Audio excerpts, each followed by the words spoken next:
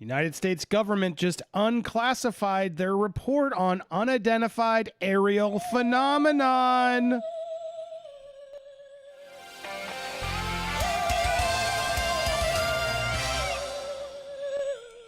Woo! We've been waiting for this report for a while, and yes, we finally have it. Now, sadly, they did everything they could to actually tell us anything. Of course. Look, the summary of this, and we're going to go through the most important parts of the report, but the summary of this pretty much summed up in a lot of the headlines you'll see today and this weekend. Notice how they dropped this report on a Friday evening. That's when you drop news that you want to die, that you're required to drop, but you want it to sort of die over a weekend. Well, we're not going to let it die here on Popcorn Planet, are we? Now, look. They can't report. The report can't explain these UFOs, but they refuse to acknowledge them as alien or extraterrestrial life. They're very careful in how they handle this. So I want to go through this report with you to break down. I've highlighted some of the more important spots here of this sort of like a 6-page report. This is from the Office of Director of National Intelligence. Now, they were asked to unclassify this report and give us actual analysis on what we know so far. But guys, this only left me with even more questions. So let's break this down together, shall we? All right, so here's the scope and assumptions. Preliminary report is provided by the Office of Director of National Intelligence in response to the provision of the Senate report to submit an intelligence assessment of the threat posed by unidentified aerial phenomenon, otherwise known as UAP. It's UFOs have now become UAP, just so you know the language. In the process of Department of Defense Unidentified Aerial Phenomenon Task Force, the UAPTF, has made in understanding this threat. The data set described in this report is currently limited primarily to U.S. government reporting of incidents occurring from November 2004 to March 2021. Now remember that, because we're going to come back to that too. Data continues to be collected and analyzed. Various forms of sensors that register UAP generally operate correctly and capture enough real-time data to allow initial assessments, but some UAP may be attributable to sensor anomalies. Now, prefacing all this of what sort of to expect. Now, getting into the actual summary of the report here, the limited amount of high-quality reporting on unidentified aerial phenomenon, UAP, hampers our ability to draw firm conclusions about the nature or intent of UAP. So basically they're saying, look, we don't have enough data. We don't know what these are, and we don't have enough data to make an explanation. So that's really how the whole report pretty much comes out. But there is some huge, shocking sort of revelations to hear from the government itself and acknowledging this. Because the reporting lacked sufficient specificity, ultimately recognized that a unique tailored reporting process was required to provide sufficient data. So basically they want more money to do more investigating and delay this even further. They did notice that most of these UAP reported probably do represent physical objects, given that they were reported over sensors, etc. They can't deny that, yeah, there's definitely a physical object there, but what is it? Well, that's what we're going to talk about. In a limited number, notice how they said this, in a limited number, not to create panic, of incidents, UAP reportedly appeared to exhibit unusual flight characteristics. These observations could be the result of sensor errors, spoofing, or observer misinterpretation, and require additional rigorous analysis. So they're acknowledging we don't know what it is, but it could be sensor errors, even though they did say it's physical objects, and we're only reporting this time period that we can actually not analyze. Well, now they're even trying to say, well, we can't even properly analyze that. So basically, they're acknowledging we're never going to actually tell you what we know. And then they do this. They offer 5 potential explanatory categories of what they're going to do this. Airborne clutter, natural atmospheric phenomenon, USG or U.S. industrial developmental programs, foreign adversary systems, and a catch-all other bin. Other. They never use the term extraterrestrial, by the way. They just call it other. Now, they do say that these UAPs clearly pose a safety of flight issue and may pose a challenge to U.S. national security. Bolded there. They're while they're acknowledging this, hey, look, this could be just, something sensor error, yet they're also saying it does clearly pose a flight issue and a challenge to national security. If they are foreign adversary, collection platforms or provide evidence a potential advisory has developed either a breakthrough or disruptive technology. And saying that would be, this is bad. Whether it's from space or China or Russia or wherever, Poland, we don't want a disruptive technology from a potential adversary. So they go on and say they acknowledge, look, in order to really get all the data that we need, we would require a more resource-intensive and additional investment. Of course, they want more funding to keep this going, to keep stretching out, avoiding telling us that, there's some sketchy stuff out there. All right, so available reporting largely inconclusive. Of course, limited data leaves most UAP unexplained. I mean, this is really the biggest thing we can they do acknowledge is the fact that, we can't explain it. We still can't explain it. There's 144 reports that originated from USG sources. Of these, 80 reports involved observation with multiple sensors. So, look, they're acknowledging that's a lot of reports over those years where something happened that they cannot explain. After carefully considering this information, the UFAPT task force focused on reports that involved UAP largely witnessed firsthand by military aviators and that were collected from systems we consider to be reliable. We were unable to identify one reported UAP with a high confidence that it was a large deflating balloon. The others remain unexplained. So out of the 144, 143 remain unexplained, and 80 of them involve the proper multiple sensor report to say, well, now this isn't just some sensor error. We have multiple sensors doing it on 80 of them.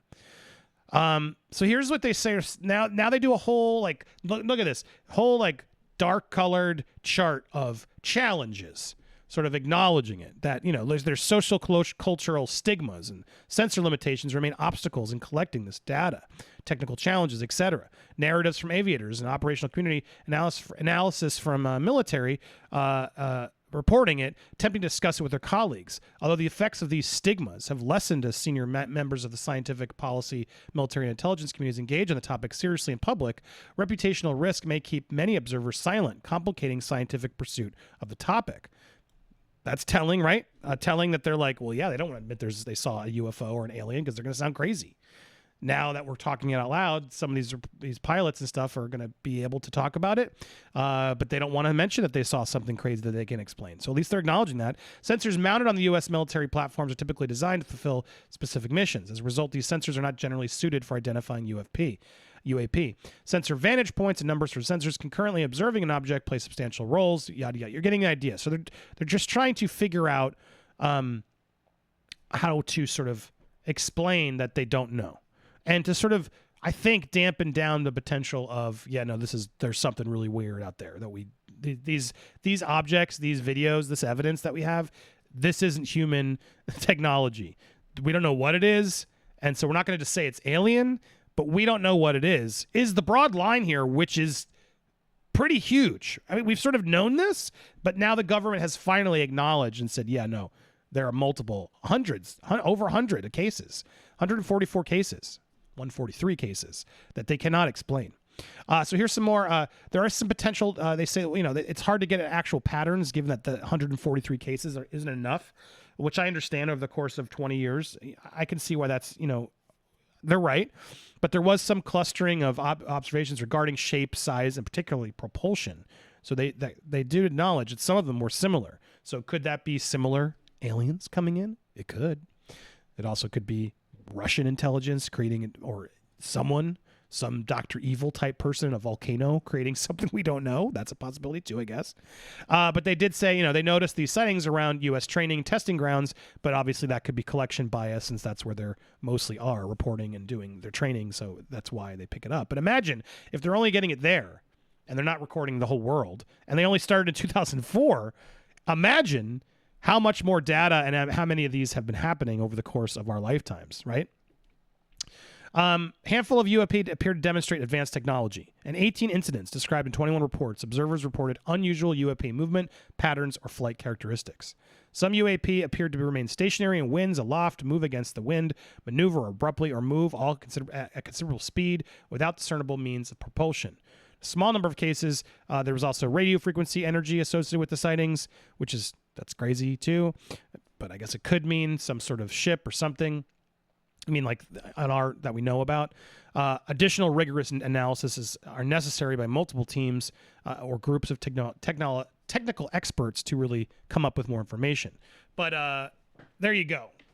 18 incidents and 21 reports. They acknowledge the fact that these weren't normal flight patterns. But they lack a single explanation. They document in this limited data set that an array of aerial behaviors reinforce the possibility that there are multiple types of UAP requiring different explanations. So that's even kind of scarier. There isn't just like one alien that's potentially visiting us. There are multiple different aliens or different foreign adversaries that are coming to try and get us. Who knows what's going on? There are multiple different things there that we're like, wait a second, what's going on? Again, now they break down sort of what they've their terms for what these things could fall under. Airborne clutter, natural atmospheric phenomenon, UEG, industrial developmental programs, foreign adversary systems. Adversary systems are China, Russia, different nations or non-governmental entities, and then they say other. Now, while they never say extraterrestrial, they do make a point here. We would group such objects in this category pending scientific advances that allowed us to better understand them. So basically, anything we don't currently know, they're catching under other without actually saying aliens or saying, well, yeah, aliens would fall in here because we don't have data on aliens. We don't know that aliens exist. I've never confirmed or denied that. So until we have scientific advances to allow us to define those things, we're not going to put it out there in this report. Which makes sense, I guess, right? Does make sense. But yes, they do threaten flight safety and possibly national security. 11 reports of documented instances in which pilots reported near misses with UAPs. So that's kind of terrifying. We currently lack the data to indicate any UFP are part of a foreign collection program or indicative of a major technological advancement by a potential adversary. So they don't know. Is this from one of our enemies, potential enemies, someone outside our planet? Who knows? Explaining the UAP will require an analytical collection and resource investment is what they sort of wrap things up here and explain more about how the collection would work, yada, yada, yada. Some appendices about some of these terms we just reported on. But overall, they basically tell us nothing. They refuse to use the word alien, but they tell us it's unexplained. So look, take that as you will. Now you could justify this and say, yeah, well, clearly it's something else then. It's not aliens. But then what is it? What is it? I dare you to tell me, because I choose to believe. Guys, the universe is too endless. It's too big for us to selfishly assume we're the only ones here. And to think over the course of, what were these dates again? These dates again of 2004 to 2021, we found 144 examples, 143. And just that period of, less than 20 years. What about the other 2,000 years? I mean, guys, the universe is endless. Endless. There have to be other stars near planets that have sustained light or other things that our brains can't even comprehend that it's so advanced. So I refuse to accept that this is impossible. It's impossible. Now, the odds of finding it, given the vastness and maybe it is very limited, the amounts of planets with life. And when I say planets with life, it could be microbes, it could be birds, it could be dinosaurs. Basically, the way I believe we're here is our distance to the sun. It allowed us to grow and thrive. Some believe in religion. If you believe in religion, why wouldn't you believe in aliens?